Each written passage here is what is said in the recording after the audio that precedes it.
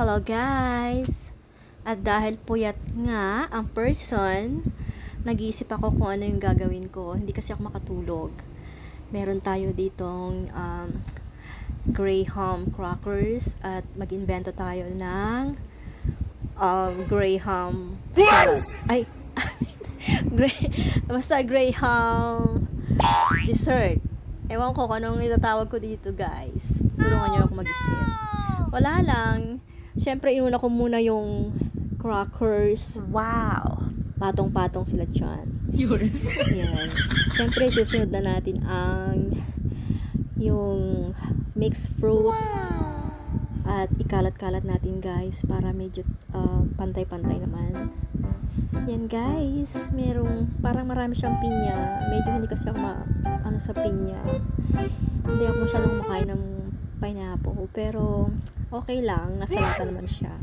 Pag nasa lata, kaya pa. Pero pag yung fresh na pineapple, hindi ko talaga makain. Ewan ko ba? May bulati atak sa tiyan.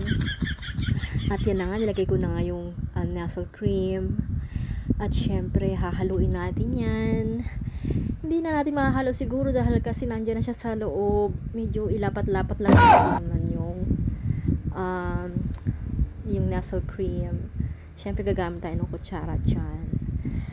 At lalagyan din natin siya ng condense pampalapot.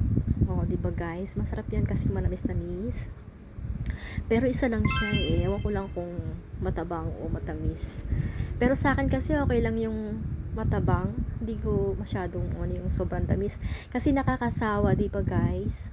At yan na nga. Nilapat-lapat ko na nga siya. Wow! Sana mag-mix yung lasa niya mamaya or mag-blend yung lasa niya. At nilagyan pa natin siya ng Graham crackers sa ibabaw. At yan, kailangan dikit-dikit sila para pag medyo malamig-lamig na sisip-sipin ng yung yellow, di ba? Mag-yellow siya sa loob ng freezer. Ewan ko kung mag-yellow siya. Basta ako invento lang to guys. Hindi ko sure kung masarap siya o hindi. Lagay pa tayo ng mga Graham crackers sa ibabaw para naman medyo masarap-sarap siya pag maraming crackers. At yan na nga, nilagay ko na lahat guys. At syempre tinakpan natin ng foil. At yan na nga, ipapasok ko na siya sa aking freezer. Wait tayo mamaya. Bye guys!